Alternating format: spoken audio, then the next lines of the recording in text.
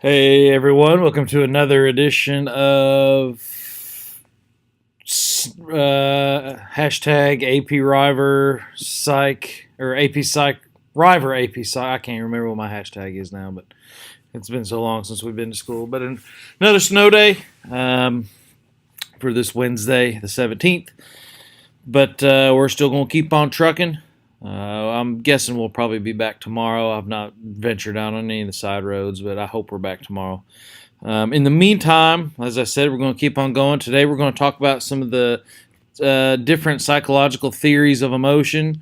The main three are the James Lange theory, the Cannon-Bard theory, and the Schachter two-factor theory. So we'll talk about those, and you will have an assignment. It's more of a. I had planned on doing it as a bell work today. On your way out, as sort of a reinforcement of these three theories. But since we're not here, I'll just have to post it and on the Google Classroom page, and you'll go ahead and just fill that out. You could probably, if you're smart, you'll pause this, download it, fill it out as you're listening, but who am I to tell you how to do your work? So as long as you get it done, I don't care. Anyways, so we're going to go ahead and get started talking about psychological theories of emotion. Just like with any other concept in the psychology realm, there's more than one theory on how these things get done. For the main three, as I said earlier, are the James Lange theory, the Cannon-Bard theory, and what's on this, what's not on this one, is the Schachter two-factor theory. So we're going to talk about all three of those. First one we're going to hit is James Lange. And what this essentially says is an emotion-provoking stimulus, a physical response that leads to an emotion. So basically, the emotion follows the behavior.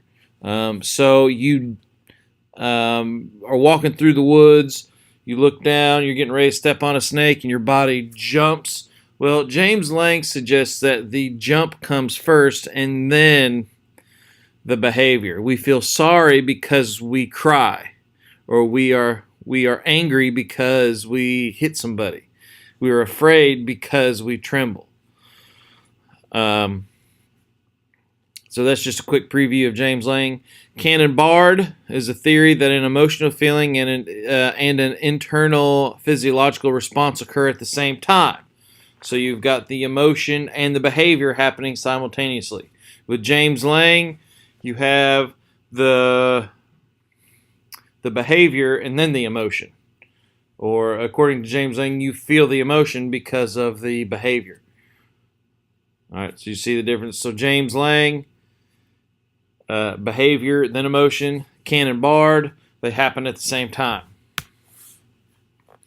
Everybody knows that happiness leads to smiling, but did you know that smiling can lead to happiness? Smiling convinces your brain that you are happy, and that's why I try to smile as much as possible every single day. I think we've already discussed this a little bit. I think it was in class. But this is something that has actually been researched and documented. If you smile more, people tend to be happier. So that leads a little bit of credit to James Lange. So we'll talk about the Schachter here in a minute. But here's some sort of a breakdown on how James Lange works. Again, your experience of emotion is awareness of the response to emotional stimuli. So you're driving down the road, you see a car coming at you in your lane, your heart begins to pound. So here's the stimulus, here's the arousal, and then finally the emotion comes.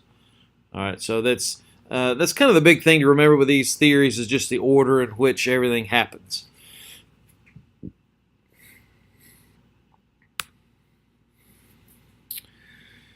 With knowledge of physiological responses and emotions as information support James Lange, a psychologist by George Hohmann,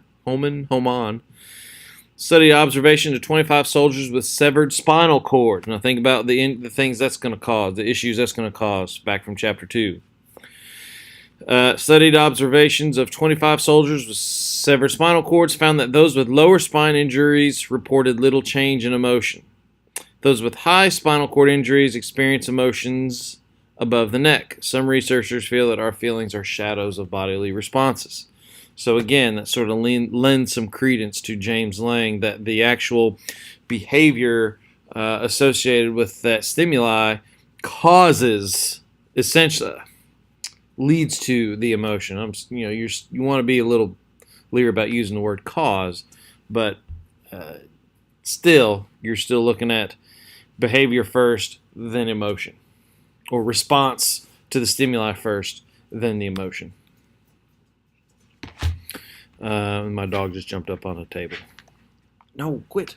I'm doing. Get off. Off. Or lay down over there. All right, so Cannon Bard. Remember, this is the one that happens at the same time. All right, so with the same example, you see, you're driving down the road, you see a car coming at you in your lane. The arousal and the emotion happen at the exact same time.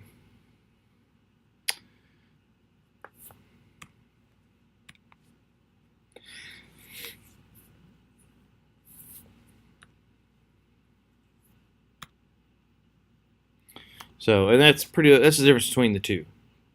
All right, this last one we've not really mentioned much of yet, and this is the two-factor theory. This is by Schachter.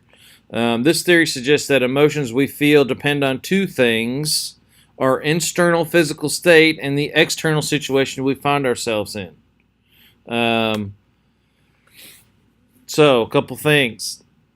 Exact same scenario, driving down the road. You see car headlights coming at you in your lane. That's your stimuli.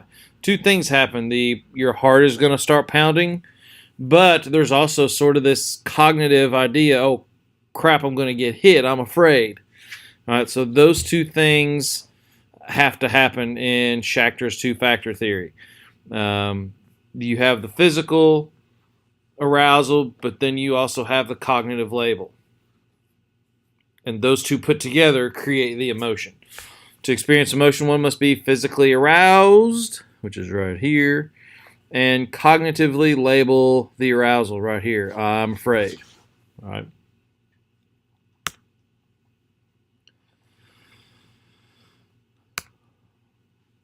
Cognition and emotion, a lot of times there is a spillover effect, and that's kind of what that's referring to. I should be afraid. I'm in the middle of a testing facility, or I'm getting pulled over, I should be afraid, or whatever. And that sort of actually spills over into the actual emotion. Schachter and Singer aroused college men with injections of epinephrine. Remember what that does? It's an agitator. It sort of arouses your neurons and your neurotransmitters and all that. They found that in a stirred up state,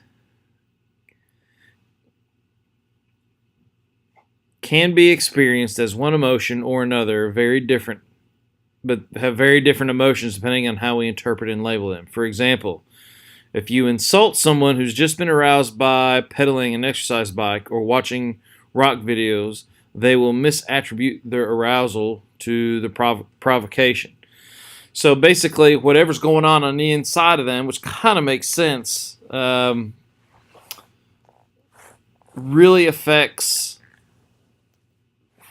trying to figure out a good way to put this, affects the response and their labeling of that emotion.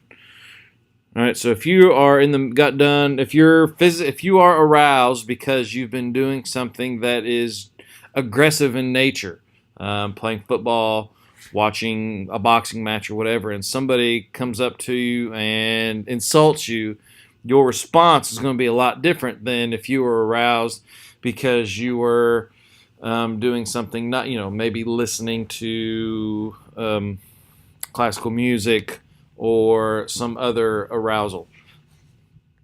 Those two things will, although they may create, or you may, the stimulation may be the same, the insult, the internal state is different, and so that will lead to a different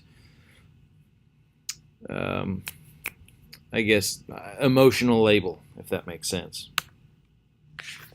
But cognition does not always seed emotions. Robert Zajonc stated that we actually have many emotional reactions apart from our interpretations of the situation.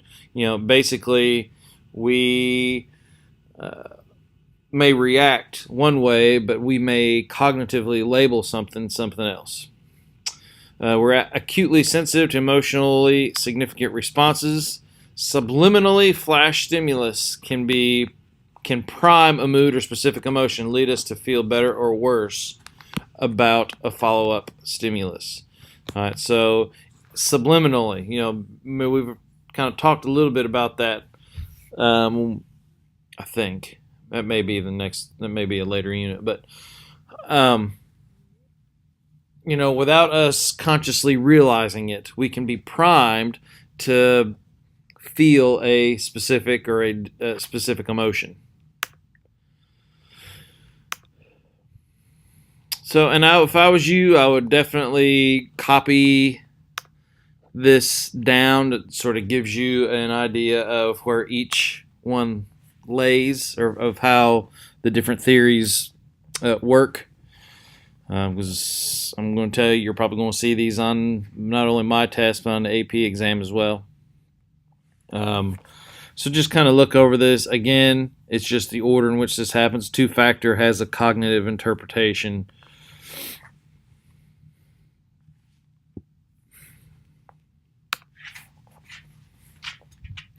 Here are a few others that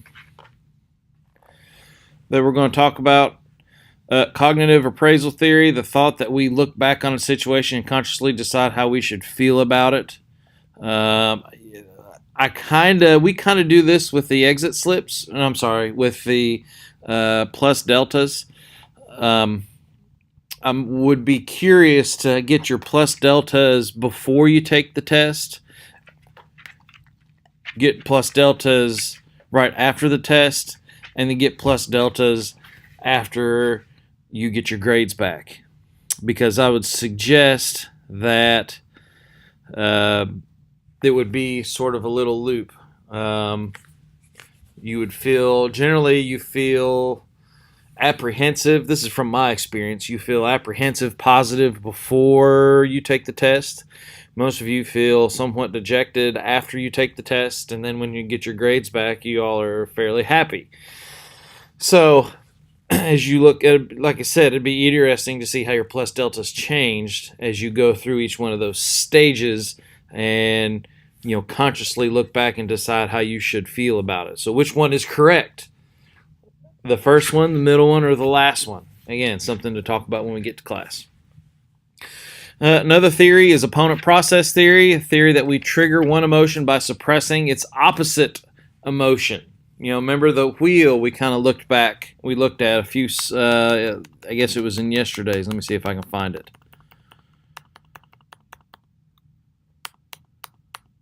There it is. All right, so opponent process suggests is similar to the visual opponent process theory, but according to this, you feel anger because you suppress fear. All right, or you would feel joy because you suppress sadness, or you would feel